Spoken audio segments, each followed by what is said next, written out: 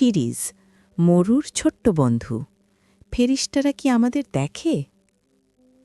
সকালের বাতাস আজ একটু ঠান্ডা। খেজুর গাছের পাতাগুলো নরম শব্দে দুলছে। খেজুর বাগানের পাশে ছোট্ট একটি মাটির ঘরের সামনে বসে আছে 4 বন্ধু, আলিফ, আরাফাত, জান্নাত ও রাইয়া। দূরে একটি উট ধীরে ধীরে হাঁটছে। তার পায়ের ছাপ বালুর ওপর পরিষ্কার দেখা যাচ্ছে। পাশে কয়েকটি ভেড়া শান্তভাবে ঘাস খাচ্ছে। রাইয়া হঠাৎ ভেড়ার দিকে তাকিয়ে ফিসফিস করে বলল, ভেড়াগুলো কি আমাদের দেখছে? আলিফ একটু হেসে বলল, ওরা তো মানুষ দেখে, তাই না? রাইয়া তখন চোখ বড় করে বলল, তাহলে ফেরেশতারা কি আমাদের দেখে? এই প্রশ্নটা শুনে সবাই একটু চুপ হয়ে গেল। আরাফাত ধীরে বলল, ভালো প্রশ্ন, আমরা তো ফেরেশতাদের দেখি না। জান্নাত ভাবুক মুখে বলল, কিন্তু আম্মু বলেন আমাদের সাথে সব সময় ফেরেশতা থাকেন। এই সময় হাকিম চাচা খেজুর বাগানের ভেতর থেকে বেরিয়ে এলেন। হাতে তার ছোট লাঠি, মুখে শান্ত হাসি।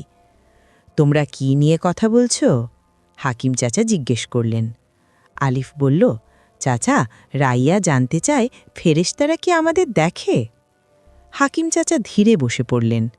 পাশে একটি ভেড়া এসে দাঁড়াল আর উটটি দূরে থেনে রোদ পোহাচ্ছে। হ্যাঁ বাচ্চারা, হাকিম চাচা বললেন, ফেরেশতারা আমাদের দেখতে পান।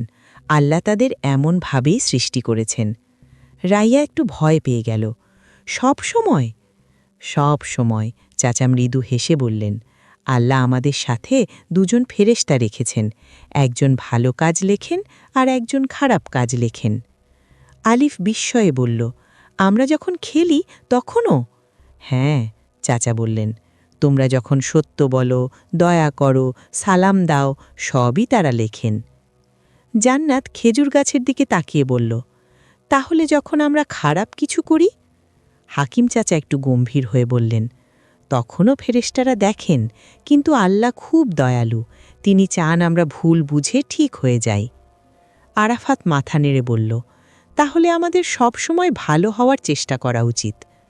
এই সময় ভেড়াগুলোর একটি ছোট্ট ভেড়া দৌড়ে তার মায়ের কাছে গেল। রাইয়া সেটা দেখে বলল, ভেড়াটাও তো ঠিক কাজ করছে, মা থেকে দূরে যাচ্ছে না। ঠিক বলেছ, হাকিম চাচা বললেন, প্রতিটি প্রাণী আল্লাহর নিয়ম মেনে চলে, আর মানুষকে আল্লাহ বুদ্ধি দিয়েছেন যেন আমরা ভালো আর খারাপ বুঝতে পারি। উটটি ধীরে ধীরে তাদের কাছ দিয়ে হেঁটে গেল। আলিফ বলল, উট তো চুপচাপ চলছে, সে জানে কোথায় যেতে হবে। হ্যাঁ, জান্নাত বলল, আমাদেরও জানা উচিত কিভাবে চলতে হবে। রাইয়া একটু চিন্তিত হয়ে বলল, আমি যদি ভুল করি? হাকিম চাচা স্নেহভরে বললেন, তাহলে আল্লাহর কাছে ক্ষমা চাইবে, আল্লাহ খুব ভালোবাসেন ক্ষমা করতে। আলিফ আনন্দে বলল, তাহলে ফেরেশতারা আমাদের শুধু দেখেন না, আমাদের ভালো হতে সাহায্যও করেন। ঠিক তাই, হাকিম চাচা বললেন। খেজুর বাগানের ছায়া লম্বা হতে শুরু করেছে। দূরে আরবদের ঘরবাড়ি থেকে খাবারের গন্ধ আসছে। ভেড়াগুলো দল বেঁধে ঘরে ফিরছে, উটটি ধীরে ধীরে মরুভূমির পথে হাঁটছে। জান্নাত শান্ত গলায় বলল, আমি আজ বুঝেছি আমরা একা নই। আরাফাত বলল, হ্যাঁ, আল্লাহ আমাদের দেখেন, ফেরেশতারাও আমাদের সাথে থাকেন। রাইয়া মুচকি হেসে বলল, আমি এখন থেকে আরও ভালো মেয়ের হব। আলিফ আকাশের দিকে তাকিয়ে বলল, আমরা ফেরেশতাদের দেখি না, কিন্তু তারা আমাদের দেখে, এটাই আল্লাহর রহস্য।